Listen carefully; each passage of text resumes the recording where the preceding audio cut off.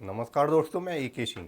आज हम आपके साथ बात करेंगे फ़िलॉसफ़ी के ऊपर। जो हमारा सेकंड ग्रेड का जो एसएसटी का पेपर है, उसमें फ़िलॉसफ़ी का जो सब्जेक्ट है उसके रिगार्डिंग में बात करूंगा। तो जल्दी से आप क्लास में जुड़ जाइए और मुझे बताइए कि आप क्लास में आ गए। अटेंडेंस उठ के खड़े हो जाइए। उठ जाओगे अगर तुम हिम्मत करके तो हौसलों को पंख लग जाएंगे और कुछ बदले या न बदले, मेरा दावा है इतिहास बदल जाएंगे। तो जल्दी से आप आ जाइए, क्योंकि आप अगर ठान लोगे तो जीत है और अगर मान लोगे तो हार है। स्वामी विवेकानंद ने कहा है, क्या कहा है, कि सारी की सारी शक्तियाँ तुम्हारे अंदर विद्यमान हैं। अगर तुम उन्हें जगा लोगे तो आपकी जीत निश्चित है, अगर तुम उन्हें सुला लोगे तो आपकी हार निश्चित है। स्वामी विवेकानंद की बात क्यों की है मैंने यहाँ पे, क्योंकि स्वामी विवेकानंद हमारे क्या है, आधुनिक दार्शनिक हैं भारत के, और दार्शनिकों की ही बात करने जा रहा हूँ मैं इस सब्जेक्ट में। तो जल्दी से मुझे बताओ कि आप लोग आ गए, आप मेरी आवाज़ सुन पा रहे हैं, और मैं फिर इस क्लास को आगे कंटिन्यू करता हूँ।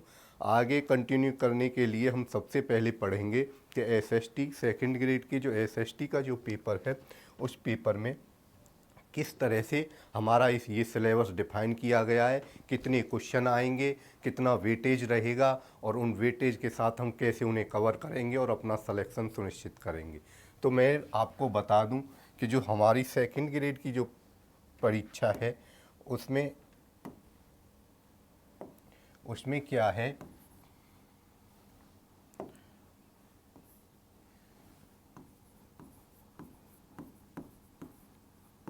सेकंड ग्रेड जो अपनी परीक्षा है, इस परीक्षा में फ़िलॉसफ़ी एक सब्जेक्ट है।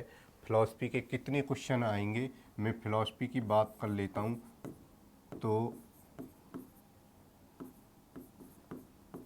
फ़िलॉसफ़ी के क्वेश्चनों का वेटेज होता है यहाँ 20 से 22 क्वेश्चन। कितने क्वेश्चन दोस्तों? 20 से 22 प्रश्न ये आपके आएंगे। कौन से पेपर में? एसएसटी का जो पेपर है, पेपर नंबर 2। इस वाले पेपर में, एसएसटी के पेपर में, अपने 20 से 22 क्वेश्चन जो होते हैं वो फ़िलॉसफ़ी के होते हैं। को टोटल क्वेश्चन कितने होते हैं हमारे पास? 150 प्रश्नों में से 20 से 22 प्रश्न का होना आपके सिलेक्शन को बहुत ज़्यादा प्रभावित कर सकता है, बहुत ज़्यादा प्रभावित करता है। उसके लिए हम एक स्ट्रेटजी बनाएंगे कि हम इन क्वेश्चनों को कैसे कवर करें। सिलेबस को देखेंगे, अच्छे से रीड आउट करेंगे। रीड आउट करने के बाद उस सिलेबस को किस तरह से कवर करेंगे, मैं उसकी आज रिगार्डिंग आपको एक स्ट्रेटजी बनाएंगे और उस स्ट्रेटजी के अनुसार चलेंगे, जिससे कम से कम इस क्लास को ही आप अटेंड करते हो तो आपके 15 से 16 क्वेश्चन आपके आसानी से हो जाएं। और इससे ज़्यादा अगर आप वो लगाओगे, प्रयास करोगे, तो ये आपका क्वेश्चन सही होने का जो परसेंटेज है वो 17-18 भी हो सकता है। तो ये डिपेंड करेगा आपके प्रयास के ऊपर, क्योंकि सब कुछ आपको ही करना है यहाँ पर। फिलॉसफी में जो पढ़ने वाले हैं हम, पिछली बार आप देखोगे तो कितने पेपर होते हैं हमारे सेकंड ग्रेड के? 2 पेपर होते हैं। पेपर नंबर 1 कितने नंबर का होता है? 100 प्रश्न होते हैं इसमें, 100 प्रश्न, और नंबर कितने हो गए? 200 अंक। पेपर नंबर 2 जिसको मैं बोल रहा हूँ एसएसटी, इसमें कितने प्रश्न होते हैं? 150 प्रश्न, 150 प्रश्न, और अंक कितने हो गए? 300। 300 अंकों का प्रश्न पत्र होता है। 300 अंकों के प्रश्न पत्र में हमारे प्रश्न कितने हो गए? 20 से 22 प्रश्न। 20 से 22 प्रश्नों का मतलब कितना हो गया? 40 से 45 अंक आपको यहाँ से गेन करने हैं। किस तरह से गेन करने हैं वो स्ट्रेटजी आपको मैं एक एक करके लिंक करता हूँ। पिछली बार अगर आप देखें, कट ऑफ कितनी थी 2018 की? 2018 की कट ऑफ की बात करूँ तो आपको थोड़ा बहुत आइडिया हो तो मुझे बताओ। जनरल की कट ऑफ थी 324, और ओबीसी की कट ऑफ कितनी थी? 321। इस तरह की कुछ कट ऑफ थी। तो आपको ये चीज़ें आपको याद रखनी चाहिए कि हमें किस तरह से अपनी तैयारी को धार देना है। प्रैक्टिस सेट के तरह अपनी तैयारी को देखते रहो कि वो तैयारी कितनी अच्छी हम कर हो पा रही है या नहीं हो पा रही, उस तैयारी में हमारे कितने अंक आ रहे हैं। अगर आपके इतने से कम अंक आ रहे हैं तो आपकी तैयारी बहुत कमज़ोर है। इससे ऊपर अंक आपको लाने ही होंगे, और लाने के लिए आपको प्रयास करना पड़ेगा। मैं स्ट्रेटजी हमारी यही रहेगी इसमें कि हम पहले सिलेबस कवर करेंगे। मैं थ्योरी के रूप में आपको सब्जेक्ट पढ़ाऊँगा। थ्योरी के रूप में जितना भी आपका वो होगा, थ्योरी से रिलेटेड जितने भी फैक्ट होंगे जो एग्ज़ाम के पॉइंट ऑफ व्यू से इम्पोर्टेंट है, उनकी बात पूरी क्लास में हो जाएगी। क्लास उसके बाद आपको मैं एमसीक्यू की प्रैक्टिस भी कराऊंगा। उससे रिलेटेड जो कुछ भी पढ़ाया है उससे रिलेटेड एमसीक्यू की प्रैक्टिस करेंगे, जिससे आपका दिमाग पेपर के लिए तैयार हो जाए और क्वेश्चन में से आंसर फाइंड आउट करना हम सीख जाएं। इतना आप करते रहोगे तो आपको आराम से आप इस पेपर में 80 से 85% गेन कर सकते हो नंबर। कोई दिक्कत आपको नहीं होने वाली है। बस आप मेरी बताई हुई स्ट्रेटजी पे काम करते रहो। थोड़ा और रिपोर्ट कर दोगे तो और भी अच्छे नंबर ले लेंगे। सबसे पहले मैं बात करता हूँ फिलॉसफी के सिलेबस की। एसएसटी में जो फिलॉसफी का सिलेबस है, उस सिलेबस को हम किस तरह से समझें, उस सिलेबस में हमें क्या क्या पढ़ना है। देखो, फिलॉसफी एक ऐसा ब्रॉड सब्जेक्ट है कि इसमें कोई पढ़ने की सीमा नहीं होती। लोगों को इंटरेस्ट आ जाता है तो आजीवन पढ़ते रहते हैं। फिलॉसफर जो होते हैं वो दुनिया से अलग होते हैं, दुनिया से कटे हुए होते हैं, क्योंकि वो अचेतन, चेतन और अचेतन दो तत्वों से मिलकर बना है हमारा पूरा जगत। उस जगत के अचेतन भाग के ऊपर सोचने का जो चिंतन का जो काम है वो फिलॉसफर का होता है। तो हमें वहाँ से नहीं फंसना, हमें वहाँ से नहीं पतना। आप सामान्य जगत में देखोगे, सामान्य यथार्थ दुनिया में देखोगे तो लोग, अगर मैं आत्मा की, परमात्मा की और ऐसी बातें अगर मैं करूँ तो लोगों को इंटरेस्ट नहीं आता। वो कहते हैं कि यार क्या है, अभी तो हमारी ज़िंदगी चल रही है और इन चीज़ों के बारे में हम नहीं फंसना चाहते, इन चीज़ों के बारे में बाद में सोच लेंगे। तो उस तरह की चीज़ों से हमें फंसना नहीं है। फिर भी फ़िलॉसफी को हमारे सब्जेक्ट में क्यों जोड़ा गया है? क्योंकि फ़िलॉसफी ही आपको एक चिंतन देती है, एक दिशा देती है, आपके कन्फ्यूजनों से आपको बाहर निकालती है और एक चिंतन की दिशा मिलती है, तो आप अपने ही फील्ड में अच्छा प्रदर्शन कर पाते हो। अल्बर्ट आइंस्टीन को आप जानते होंगे। हर फील्ड के बहुत सारे ऐसे मैं नाम आपको गिना सकता हूँ जो दार्शनिक थे और उन्होंने अपने फील्ड में नाम कमाया। अल्बर्ट आइंस्टीन को कौन नहीं जानता? वो साइंस के अच्छे वैज्ञानिक कहे जाते हैं 21वीं सदी के। ऊपर से उनसे बात करोगे, ऊपर से हमारे थे सर्वपल्ली राधाकृष्णन दार्शनिक थे, जिनके जानते वो दूसरे राष्ट्रपति भी रहे। तो ये लोग दार्शनिक पृष्ठभूमि से आए हुए थे और इन्होंने अपने चिंतन के द्वारा अपनी दिमाग की जो प्रोसेस है, दिमाग का जो विकास है वो किया जाता है किस सब्जेक्ट में? फिलॉसफी के अंदर। मैंने बात की यहाँ पे सेकंड ग्रेड के आपकी, उसकी मुझे बताओ आपको समझ में आ गई कि नहीं? एसएसटी पेपर में फिलॉसफी का है वेटेज कितना है? 20 से 22 प्रश्न अब इसके आने वाले हैं आपके पेपर में और इनको हमें कवर करना है। 40 से 45 अंकों का ये मैटर है। और पिछली बार आपकी कट ऑफ कितनी गई थी एसएसटी वालों की? वो गई थी 324 और 321। तो इतनी बात आपको समझ में आ गई हो तो जल्दी से मुझे बताओ कि मैं आगे बढ़ जाता हूँ। आगे मैं बढ़ूँगा सबसे पहले किसके ऊपर? सिलेबस के ऊपर। सिलेबस की बात कर लेता हूँ मैं यहाँ पे। सिलेबस देखो, ये यहाँ पे सिलेबस लिखा हुआ है। इस सिलेबस में हमें क्या क्या चीज़ें कवर करनी है, पूरा का पूरा ही सिलेबस कवर करना है। आराम आराम से पढ़ेंगे, लगभग 1 महीने में ये सिलेबस आपका कवर हो सकता है, आराम से हो सकता है। बस आपके रिवीजन के ऊपर डिपेंड करेगा कि आपने कितना रिवीजन किया है और कितनी अच्छी तरीके से किया है। तो आपका ये सिलेबस में आप अच्छे अंक गेन कर सकते हैं। फिलॉसफी याद रखना पूरी तरह से तार्किक सब्जेक्ट है, तार्किक और चिंतनशीलता का सब्जेक्ट है।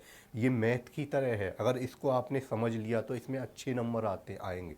कोई कम नंबर नहीं आते, अच्छे नंबर आएंगे मैथ की तरह, क्योंकि ये साइंटिफिक सब्जेक्ट है पूरी तरह से।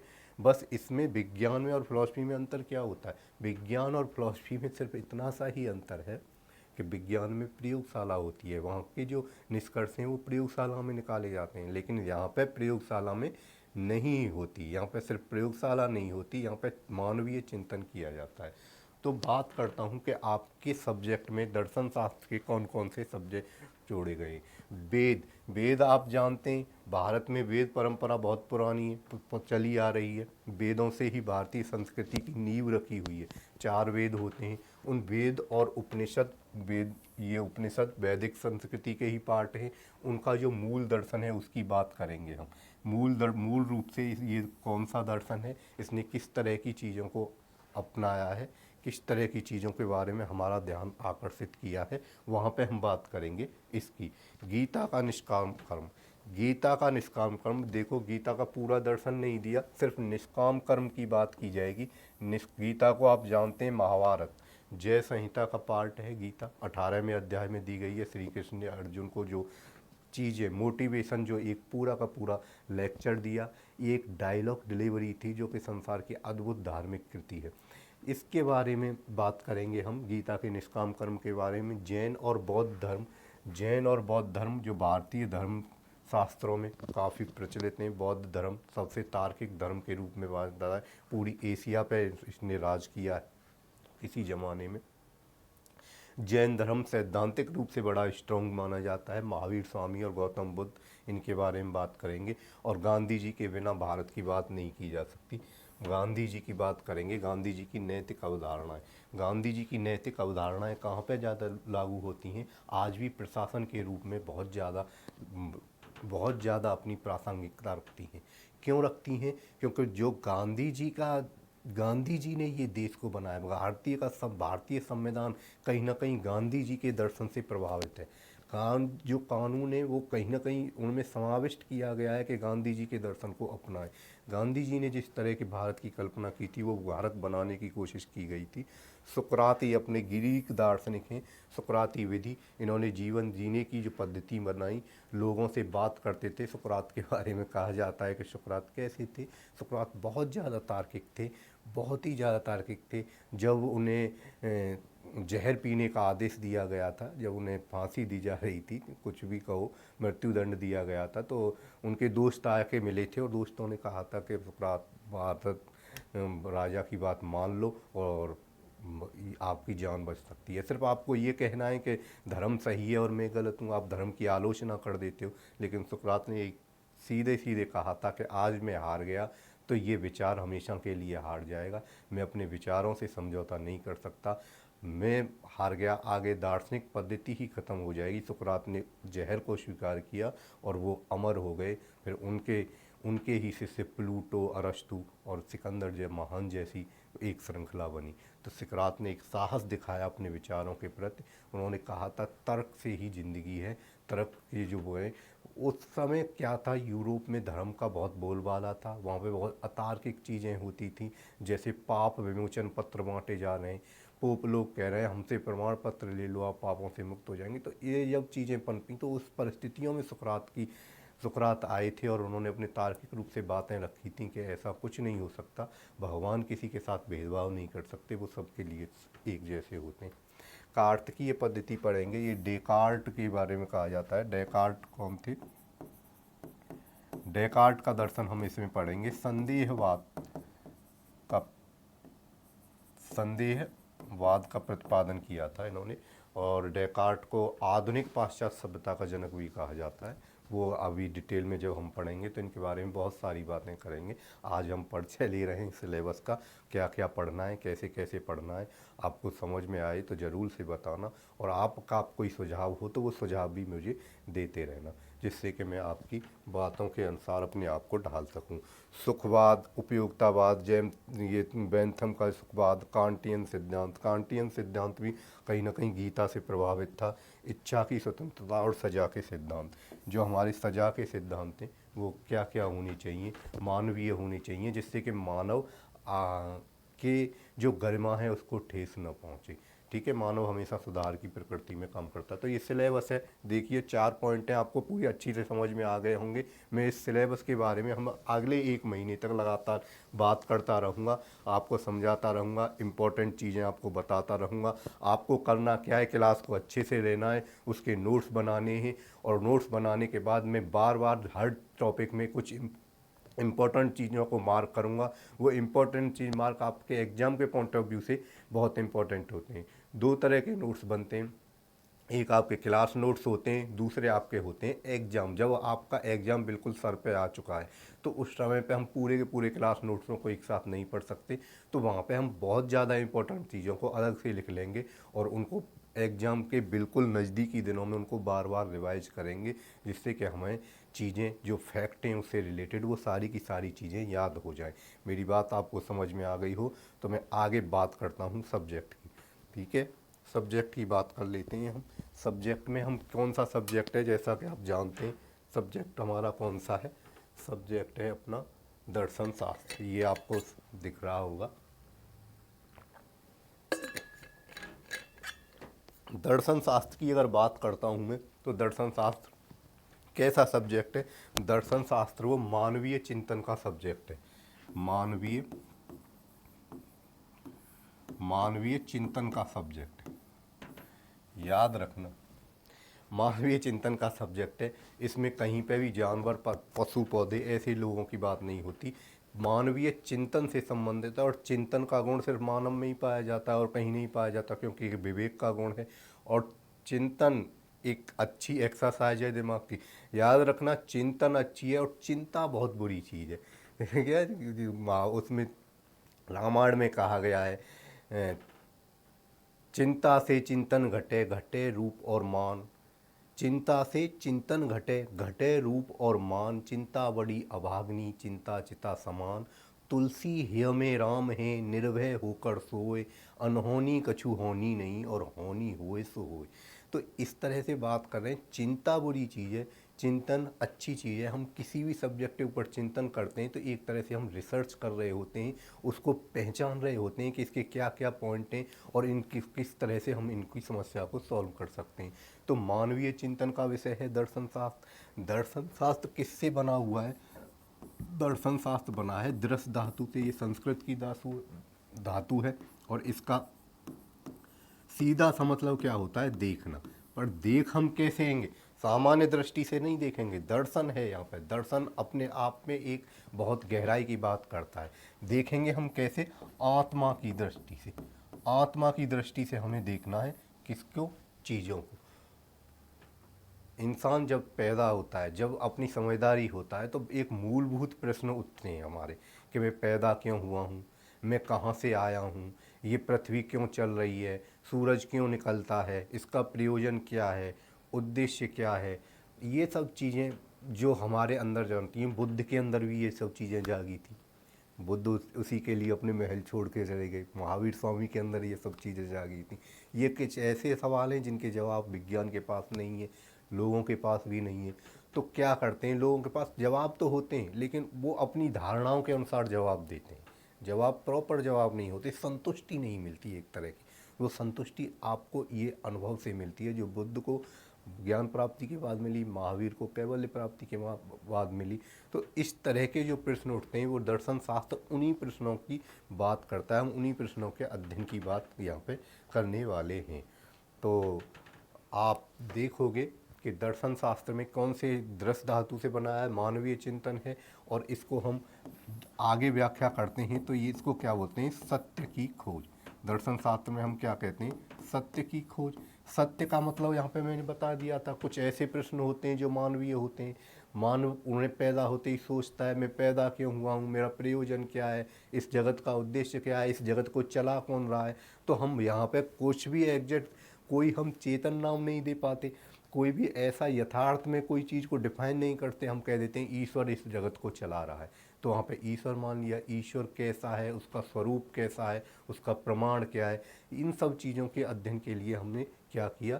सत्य किया। सत्य को जानने के लिए भी, सत्य का मतलब भी यहाँ पे ब्रॉड होता है। सत्य कोई एक नहीं होता। सत्य ऐसा होता है, अलग अलग परिप्रेक्ष्य में सत्य को अलग अलग तरीके से जानते हैं।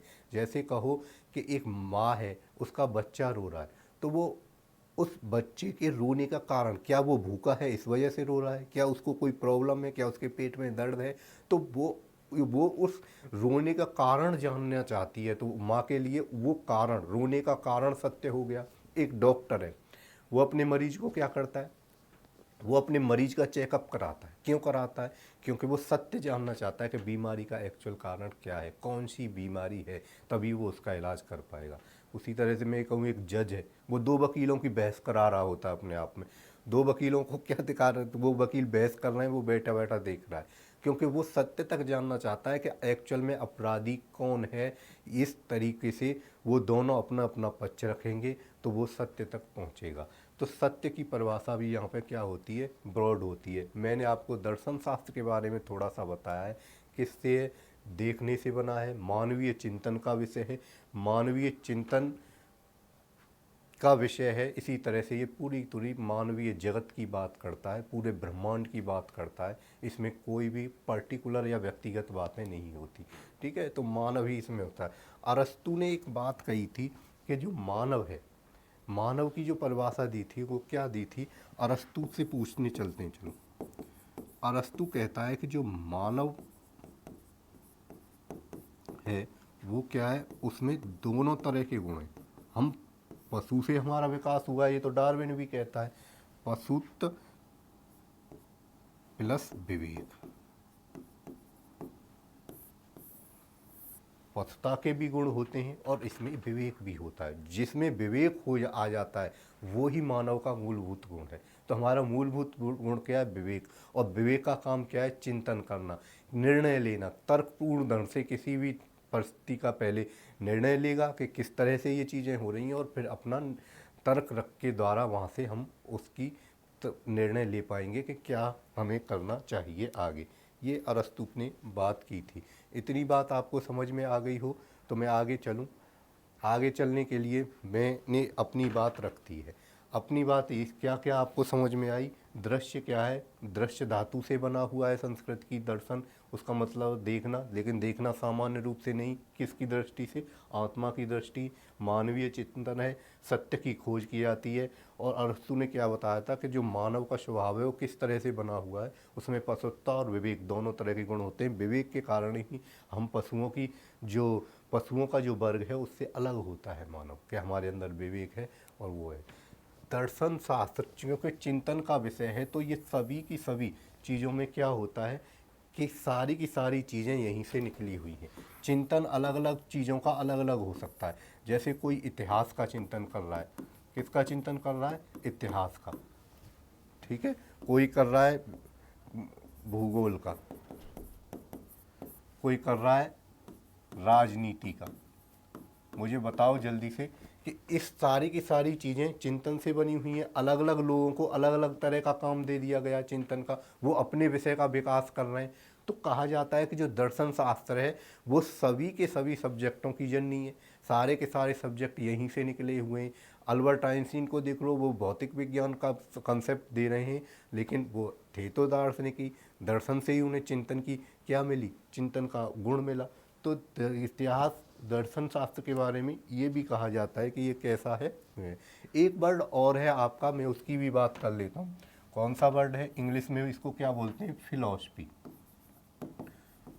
फिलोसॉफी, ठीक है। इस फिलॉसफी कहते हैं, ये हमारा पाश्चात्य जो वेस्टर्न कल्चर है वहाँ पे इस वर्ड का यूज किया जाता है। इसका क्या मतलब होता है, इसमें जो फिलो है इसका मतलब होता है प्रेम, और सोफी का जो मतलब होता है इसका मतलब क्या होता है, ज्ञान, ठीक है। तो जो फिलॉसफी का जो मतलब होता है, सीधा सा इन दोनों को मिला देंगे, संधि को जोड़ देंगे तो क्या हो जाएगा, ज्ञान के प्रति अनुराग। फिलॉसफी का क्या मतलब हुआ, ज्ञान के प्रति अनुराग। हम ज्ञान की खोज करना चाह रहे हैं, हम चीज़ों को जानना चाह रहे हैं, तार्किक रूप से जानना चाहते हैं कि यहाँ पे किस तरह से कौन सी चीज़ घटित हो रही है, वहाँ पे हम कहते हैं। तो इतनी बात आपको समझ में आ गई हो तो मुझे एक बार इसको देख लो। कोई चीज़ समझ में नहीं आती है तो हाथ के हाथ पूछ सकते हो आप कमेंट में, बाद में भी कल की क्लास में उसको डिस्कस करूँगा। और क्लास को अटेंड करो, सभी लोग आओ यहाँ पर। जितना अच्छा लाइव पढ़ोगे उतना अच्छा आपको अच्छा रहेगा, क्योंकि हाथ के हाथ क्वेश्चन पूछ सकते हो और हाथ के हाथ डाउट में आपके सॉल्व कर सकता हूँ। क्लास में सक्रिय भूमिका आपकी जितनी रहेगी, आप जितने ही अपने सिलेक्शन के करीब पहुँच जाओगे। आप अगर निष्क्रिय रूप से तैयारी कर रहे हो तो कहीं ना कहीं आप अपने सिलेक्शन के प्रति सचेत नहीं हो, गंभीर नहीं हो, और गंभीर लोगों का ही सिलेक्शन होता है, इस बात का ध्यान रख लेना, ठीक है। आगे बात करते हैं हम। आगे बात करता हूँ परिभाषा। दृश्यते अनेन इति दृश्यम, जो दिखाने वाला है वही दर्शन है। क्या कहे, जो दिखाने वाला है वही दर्शन है। दृश्यते अति दर्शनम, दार्शनिक तौर पर स्वयं के आंतरिक अनुभव को प्रमाणित करना तथा उसे तर्क संगत ढंग से प्रमाणित करना, उसे तर्क संगत ढंग से प्रसारित करना ही दर्शन है। जो मैंने पहले ही बात की थी, जो तार्किकता का विशेष महत्व है। तार्किकता का दर्शन में विशेष महत्व है।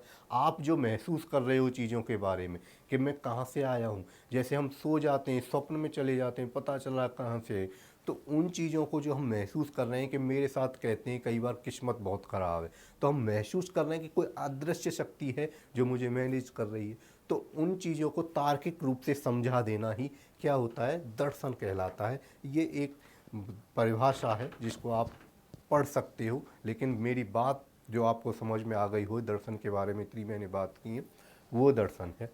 दर्शन के बारे में कुछ लोग परिभाषाएं अपनी अपनी भी देते हैं। जैसे कि मैं चलता हूँ किसके पास, काम्टे के पास चलते हैं।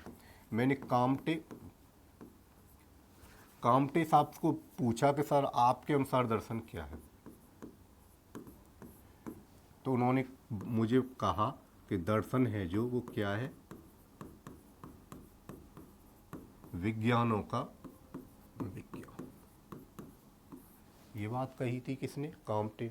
काम्टे ने कहा कि मैंने पूछा काम्टे साहब आपके अनुसार दर्शन क्या है, विज्ञानों का विज्ञान।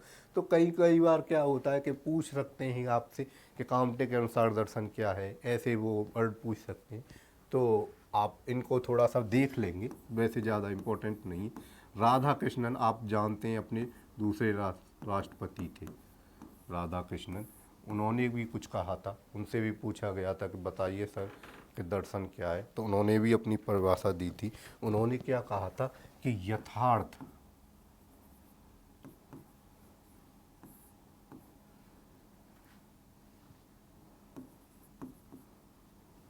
यथार्थ का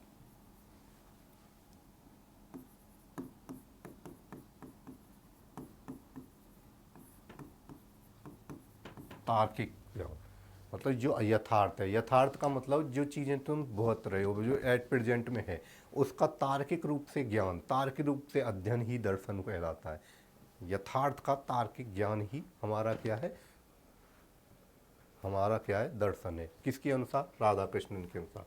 कौन थे राधा कृष्णन, हमारे इंडियन आधुनिक फिलोसफर हैं और हमारे दूसरे राष्ट्रपति भी रहे हैं। अरस्तु ने भी कुछ कहा था, अरस्तु की बात कर लेता हूँ। अरस्तु ने कहा था जो हमारा परम तत्व है, परम तत्व जो कि पूरे के पूरे ब्रह्मांड को संचालित कर रहा है, जो परम तत्व है, परम तत्व के यथार्थ की जांच,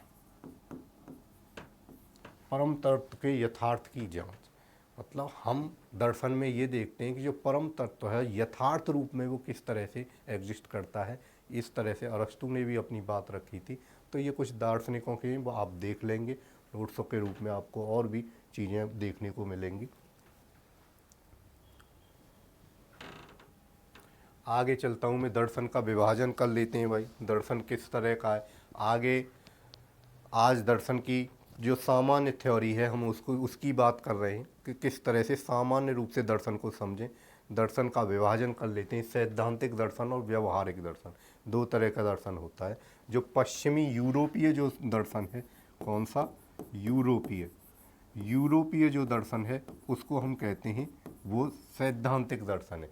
याद रखना, यूरोप का जो दर्शन था वो एक बौद्धिक दर्शन था। वहाँ पे क्या है, समाज को व्यवस्थित करने के लिए या समाज की बुराइयों को ख़त्म करने के लिए दर्शन बनाया गया था।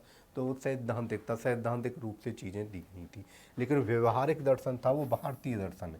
ये कैसा है, एक भारतीय दर्शन है।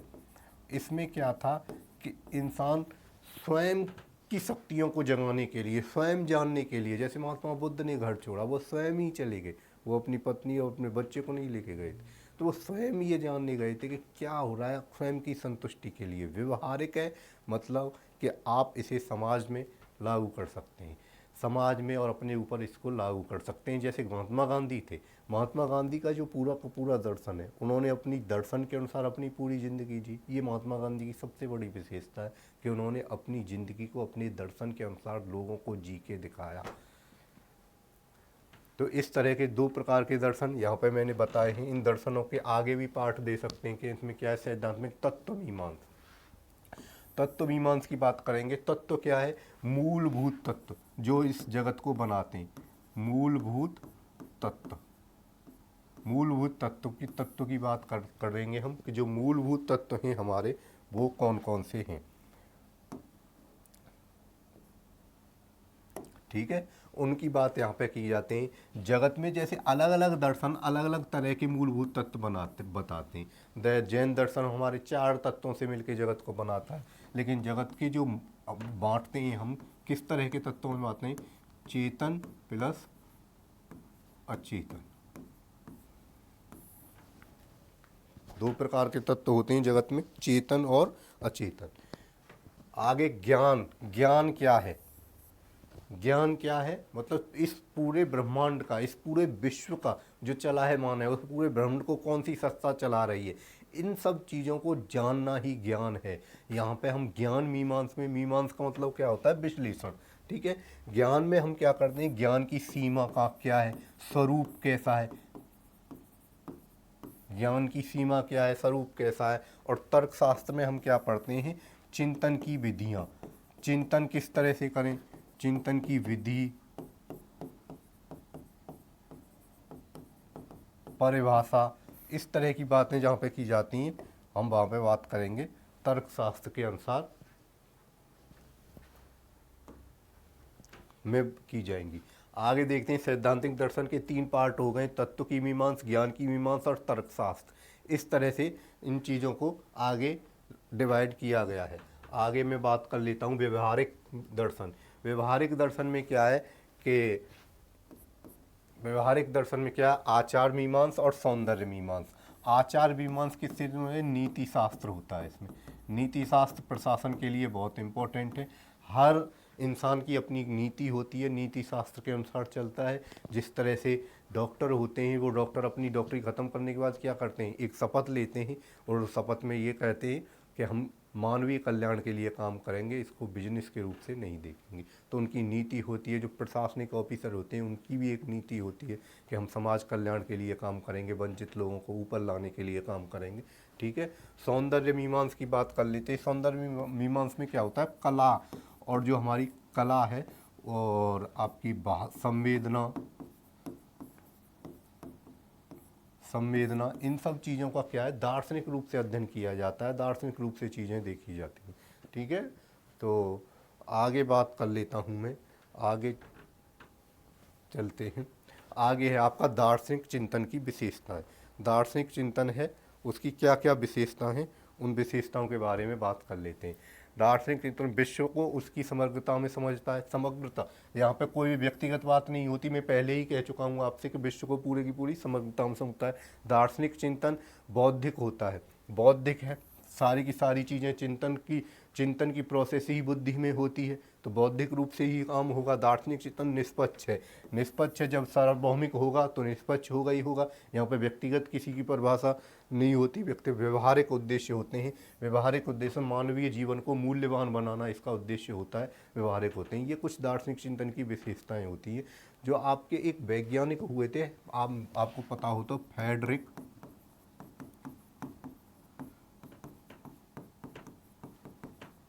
William Herschel. हर्शेल ने दर्शन के बारे में भी कुछ कहा था। उसने ये कहा था पूरा का पूरा समाज दार्शनिक होता है। समाज में किसी भी क्वेश्चन से पूछ लो भगवान कैसा है, किसी भी व्यक्ति से पूछो कि भगवान कैसा है, ये दुनिया कैसे बनी है, वो हर आदमी इन प्रश्नों के जवाब दे देता है।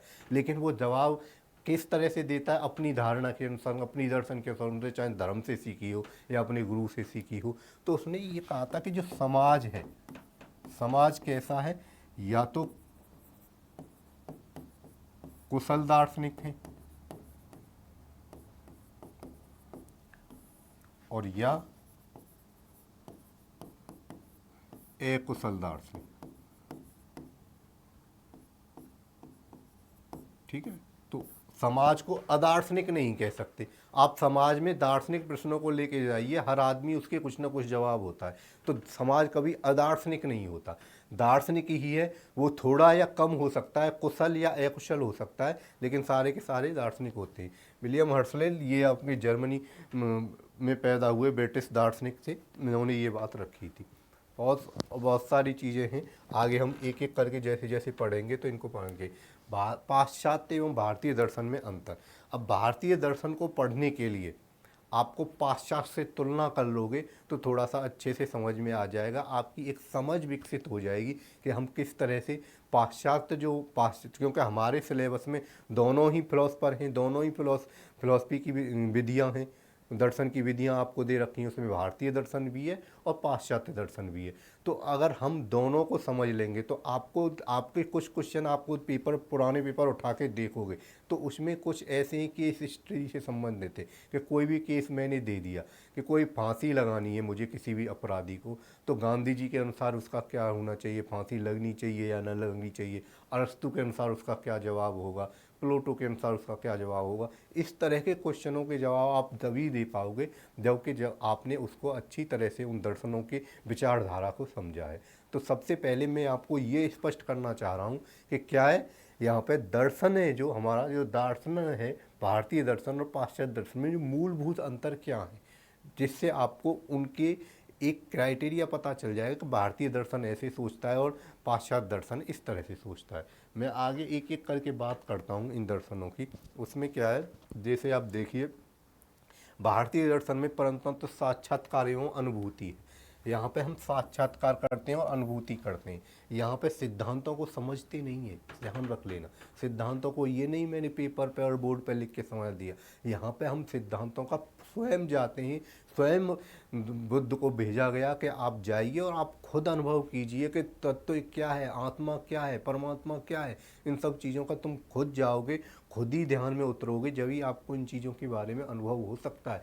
इनको किसी तरह से डिफाइन नहीं किया जा सकता, बताया नहीं जा सकता, छू के नहीं बताया जा सकता। हमने मूर्तियाँ बनाई लेकिन मूर्तियाँ आखिरकार पत्थर ही हैं। आप उसमें जब तक अनुभव नहीं करोगे ईश्वर को खुद के स्तर पर, जब तक वो ईश्वर नहीं बनती।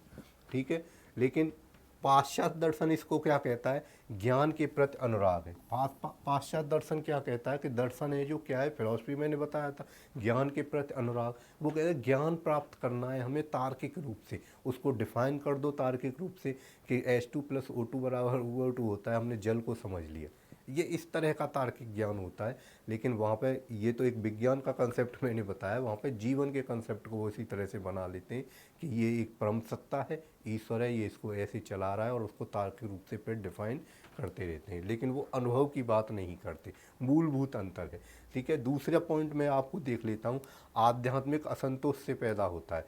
आध्यात्मिक असंतोष जब देखोगे महावीर स्वामी और महात्मा बुद्ध, ये दोनों ही किस तरह के लोग थे कि इनको खुद के प्रश्नों के जवाब नहीं हुए, जवाब नहीं मिले। जो जवाब थे लोगों के पास वो बड़े घिसे पिटे जवाब थे जिनसे वो संतुष्ट नहीं हुए। संतुष्ट नहीं हुए तो बोले कि मैं इन प्रश्नों का जवाब खुद ही जानूंगा, खुद ही ज्ञान प्राप्त करूंगा, जब ही मुझे संतुष्टि मिलेगी कि मैं इस पृथ्वी पर क्यों आया हूँ, मैं कहाँ से आया हूँ, किसने मुझे भेजा है, कौन परम सत्य है, उसको मैं प्राप्त करना चाहता हूँ। और दूसरी तरफ मैं बात कर लेता हूँ पाश्चात्य दर्शन की। इसका प्रारंभ आश्चर्य और उत्सुकता से होता है। जो समाज के जो लोग काम कर रहे होते हैं वो कुछ ऊट पटांग काम करते हैं, धार्मिक रूप से वो बरगलाए जाते हैं और धार्मिक रूप से वो ऊट पटांग काम कर रहे होते हैं, तो क्या होता है कि वहाँ से आश्चर्य पैदा होता है कि क्या पाप विमोचन पत्र से पाप मुक्ति हो जाएगी, क्या किसी को कुछ देने से या किसी को कुछ करने से, क्या ब्राह्मण को भोजन कराने से क्या हमारे पूर्वजों के पास वो भोजन पहुंच जाएगा। इस तरह के जब आश्चर्य पैदा हुए थे तो वहाँ से उन्होंने मानसिक रूप से उनके क्या किया, व्याख्या की। और पूरा का पूरा दर्शन जो पाश्चात्य है वो बौद्धिक दर्शन है। तो कहाँ पे होता है, ये बुद्धि में होता है। इसीलिए हमने इसको क्या कहा, मानसिक व्यायामशाला भी कहा जाता है। मानसिक व्यायाम है। पश्चिमी जो दर्शन है वो कैसा है, मानसिक व्यायाम है। लेकिन जो भारतीय दर्शन है उसका संबंध सीधा सीधा हृदय से होता है, एक जुड़ाव से होता है, अनुभव से होता है। तीसरा पॉइंट आप देख लेंगे, एक व्यवहारिक दर्शन है जिसका लक्ष्य मोक्ष को प्राप्त करना है। मोक्ष क्या होता है, इसको किस तरह से डिफाइन करेंगे हम। मोक्ष अलग अलग धर्मों ने अलग अलग तरीके से डिफाइन किया है। कुछ कहते हैं आत्मा का परमात्मा में मिलन ही मोक्ष है, आत्मा का परमात्मा में मिलन मोक्ष है। इसी तरह से जब कुछ जो योग पद्धति है वो हमारी क्या कहती है कि परमानंद की अवस्था, आदमी इतनी परमानंद अवस्था में पहुंच जाता है कि अब उसे कुछ भी नहीं चाहिए, वो पूरी तरह से संतुष्ट है, आनंद ही आनंद है, उसको मोक्ष कहा है। अलग अलग धर्मों ने मोक्ष को अलग है। ये भारतीय दर्शन में मोक्ष को प्राप्त करना ये क्या थी, ये एक महत्वपूर्ण गुण था, भारतीय अंतिम लक्ष्य था। आप गांव में भी किसी ग्रामीण से जाके पूछोगे कि आपको क्या चाहिए, आपको राज चाहिए या मोक्ष चाहिए, तो वो मोक्ष मांगेगा। तो ये भारतीय संस्कृति की आत्मा में घुस चुका है, डीएनए में घुस चुका है मोक्ष, इसको प्राप्त करने के लिए। और दूसरी तरफ देखते हैं पाश्चात्य, यह एक सैद्धांतिक चिंतन है जिसमें जिज्ञासा को शांत करने के लिए ईश्वर, विश्व और आत्मा के संबंध में चिंतन किया जाता है। जो हमारी जिज्ञासा उत्पन्न होती है कि कौन है ईश्वर, कैसे होता है, कुछ किस तरह से वो खुश होंगे, तो उनकी जो जिज्ञासा के जो प्रश्न हैं, उन प्रश्नों को क्या है, उन प्रश्नों की शांति के लिए, अपने आप को संतुष्टि देने के लिए वहाँ पर बौद्धिक चिंतन किया जाता है। कुछ सिद्धांत डिफाइन किए जाते हैं, जैसे अरस्तु ने किए, सुकरात ने किए। सुकरात तो बोलते थे, लेकिन सुकरात के सिद्धांतों का पूरी तरह से जो वो ग्रंथ में उतारा था वो किसने, प्लूटो ने उतारा था। प्लूटो को ही पाश्चात्य सभ्यता, पाश्चात्य संस्कृति का जनक कहा जाता है, क्योंकि उसने इतनी किताबें लिखी थी। जो पाश्चात्य संस्कृति है बहुत ज़्यादा प्रभावित है प्लूटो से। आगे बात करते हैं, हम अगले पॉइंट की तरफ देखेंगे। इसका मुख्य स्वरूप धार्मिक है। जो भारतीय दर्शन है वो धार्मिक है। जैसे गीता है हमारी, पूरी तरह से धर्म हिंदू धर्म से डिपेंडेंट है। धर्म वेद हैं, वो उसको वैदिक संस्कृति हिंदू धर्म में ही आती है, जिसमें आत्म संयम पर बल दिया जाता है। आत्म संयम पर बल दिया जाता है मतलब कि हमें सबसे पहले बाहरी दुनिया से कटना है। बाहरी दुनिया से कटेंगे जब ही हम आंतरिक तत्वों के बारे में जानकारी मिल सकती है। तो आत्म संयमवान होना चाहिए। और दूसरी तरफ क्या कहता है पाश्चात्य संस्कृति, पाश्चात्य दर्शन ये कहता है कि इसका मुख्य स्वरूप वैज्ञानिक है। ठीक है, धार्मिक नहीं है, वैज्ञानिक है। यहाँ पे तर्क दिया जाता है, फैक्ट दिए जाते हैं। उन फैक्टों को क्या किया जाता है, फैक्टों को डिफाइन किया जाता है, सिद्धांत दिए जाते हैं, उन सिद्धांतों के द्वारा चीज़ों को समझाया जाता है। वैज्ञानिक है। इसमें आध्यात्मिक ज्ञान की प्रधानता है। क्या है, इसमें आध्यात्मिक ज्ञान की प्रधानता है। आध्यात्मिक, आत्मा परमात्मा पहले ही बता चुका हूँ, उनकी क्या होती है, प्रधानता होती है, जिससे कि हमें मोक्ष की तरफ जाना हमारा उद्देश्य होता है।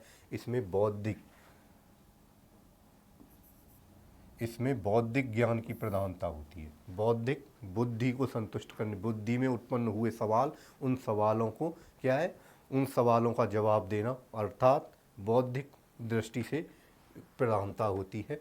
भारतीय दर्शन संश्लेषणात्मक है।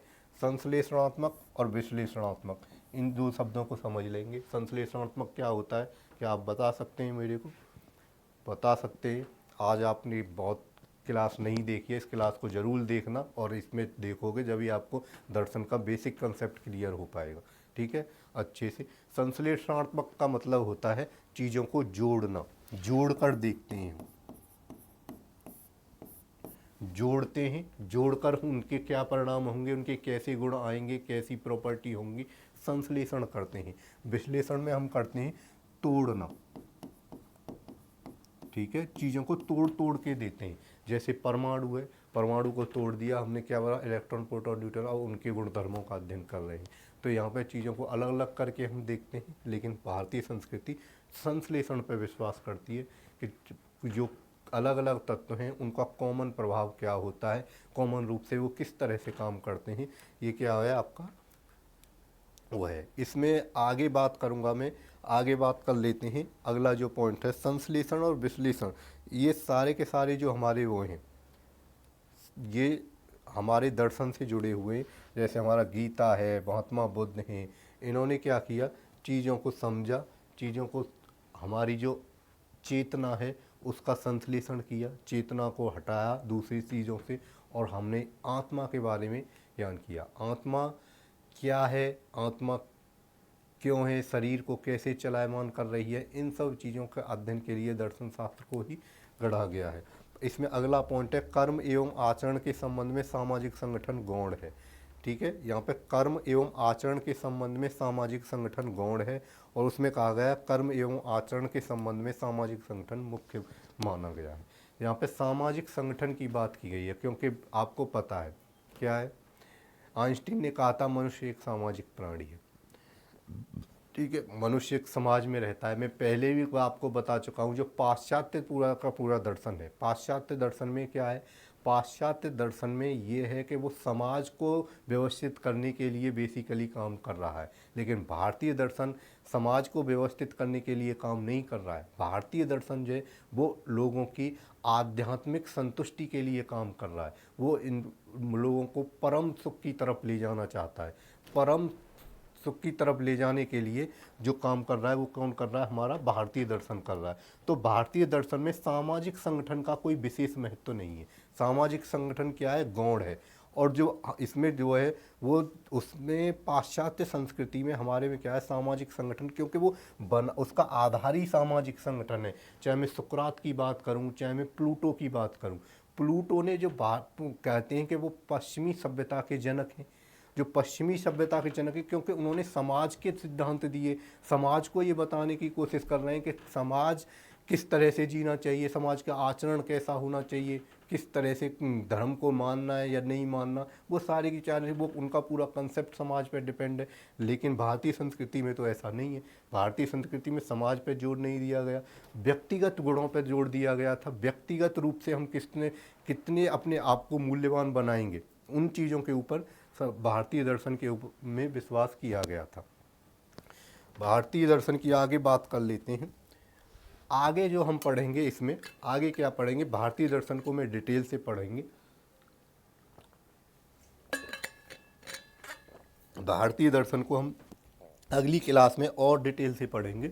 उसमें आपको ये देखेगा भारतीय दर्शन कितने पार्टों में बना हुआ है, भारतीय दर्शन में क्या क्या आएंगे। आधुनिक दार्शनिक होते हैं उसमें, आधुनिक दार्शनिक, हमारे पौराणिक दार्शनिक, और ये सारी की सारी चीज़ें अगली क्लास में पढ़ेंगे। अगली क्लास को जल्दी से आप देखोगे और अच्छे से पढ़ोगे तो आपको जब ही ये सब्जेक्ट समझ में आने वाला है, वरना ये सब्जेक्ट आपको समझ में नहीं आएगा। Thank you.